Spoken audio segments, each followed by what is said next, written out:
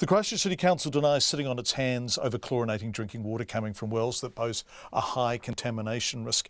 Havelock North is still counting the cost after more than 5,000 people fell sick when its bores became contaminated. The same sort of shallow wells that are now causing alarm in Christchurch. Here's our Christchurch Local Government reporter, Conan Young. Christchurch has the largest supply of untreated drinking water in the country.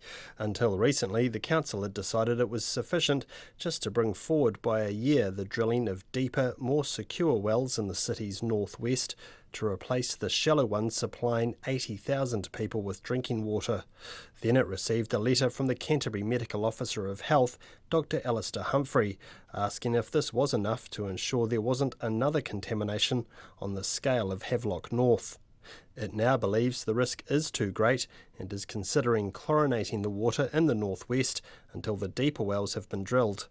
Alistair Humphrey says this is prudent. I had assumed that unconfined shallow aquifers would be treated, but despite the fact that there was regular testing and other provisions put in place by the council, I discovered that the water itself was not treated.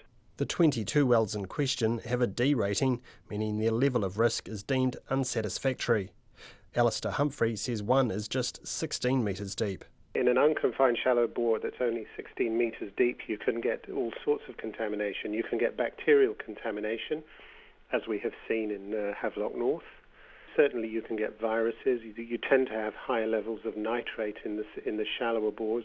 I asked the council's manager in charge of drinking water, John Mackey, if it had waited too long to propose adding chlorine to the water.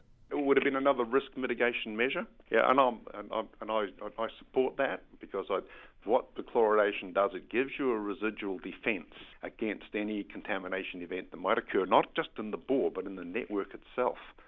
So yeah, I mean, my question was, in hindsight, do you think you should have introduced or proposed this earlier? I take it that's a yes? As a water engineer, yeah, I'd always be recommending full treatment again, but I understand that and fully appreciate that Christchurch people love their untreated water. John Mackey says drilling work on deeper, more secure bores started in 2012, but the earthquakes caused delays.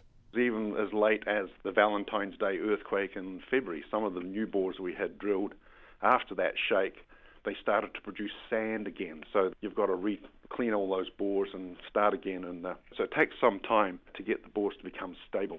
One of the affected suburbs is Bishopdale.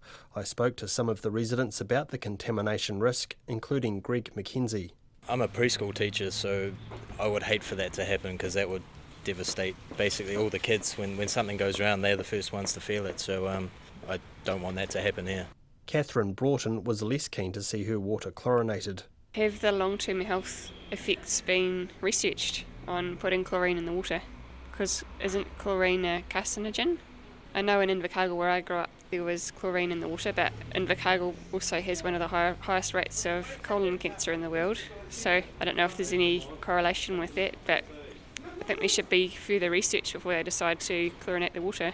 Steve Davison says the council is in a no-win situation. I think it's probably better to chlorinate.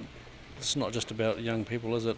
You don't want old people getting sick either, so if you don't and something happens, you get put through the mill. If you do, you just get flack. A full meeting of the council will vote this Thursday on whether to chlorinate the water. If the go-ahead is given, the water could start to be treated within 2 weeks. In Ototahi for Checkpoint, ko Conan Young tēnei.